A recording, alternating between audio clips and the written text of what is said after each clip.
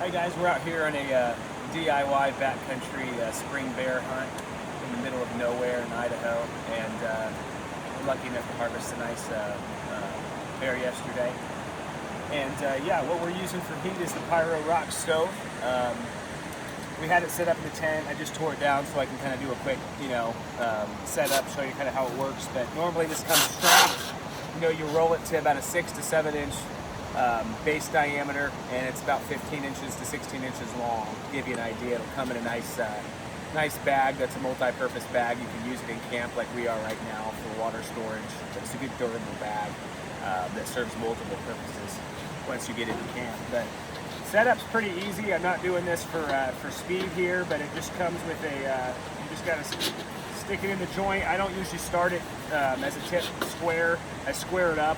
Once it's in there, it's just easier that way. So that's the stove body, guys. There's no parts or pieces. The flue right here, you're gonna run this up and through, and then you have a flue cap that you're gonna run up through. I may not have loosened it enough, but we'll see here. Yeah, you run this up through like so.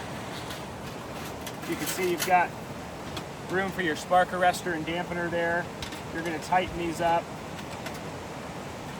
Again, no small parts, nothing challenging here. And then I'm going to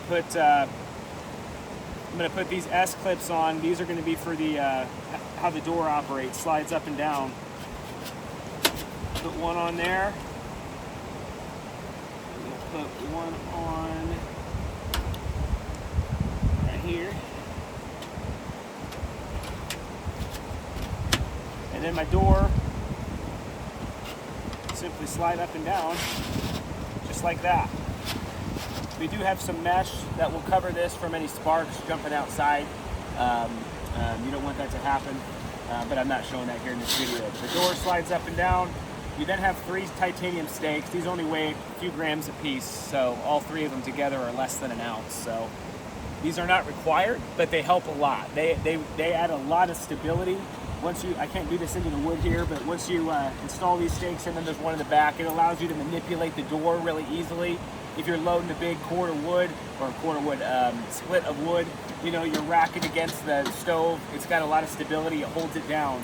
The other thing that's nice, you put your dampener card in here, but you put your stove pipe on top. That's just a roll-out stove pipe, and then you've got a worm buckle that you can just cinch down. So what that does, though, with the stakes and the worm buckle attachment is this thing is rigid. It's not going anywhere. We've had some high winds, some rain, some nasty weather on this trip, and we didn't even think about pulling our stovepipe because it's as strong as the tent pole.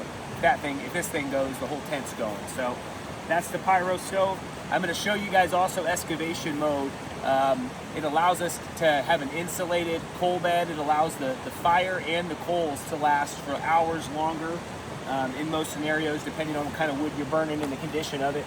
Out here, it's a little tougher conditions because it's all coniferous wood, so it's soft wood. But we're still able to get probably a couple hours longer coal bed life or more.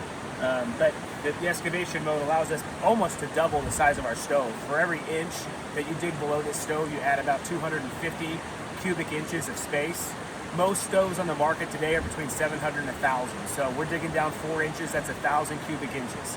So we're adding a whole stove, and not only is it a stove, but it's an insulated, using the earth to insulate. So you can use a rock, as you'll see in this video, or I usually carry a little 5-ounce titanium shovel head. I think it weighs 4 or 5 ounces, and I can just dig out real easily.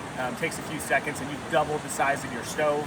That allows you to put more wood, bigger splits in, and it's going to give you a longer burn and longer coal life with that insulated earth. So even without running it in excavation mode, though, you're still able to take advantage of the ground to insulate those coals. So in a quick setup, you don't need to dig it out. If you're there for several days and you want to get the most out of your stove, you're going to want to dig it out, and we'll show you next how to do that.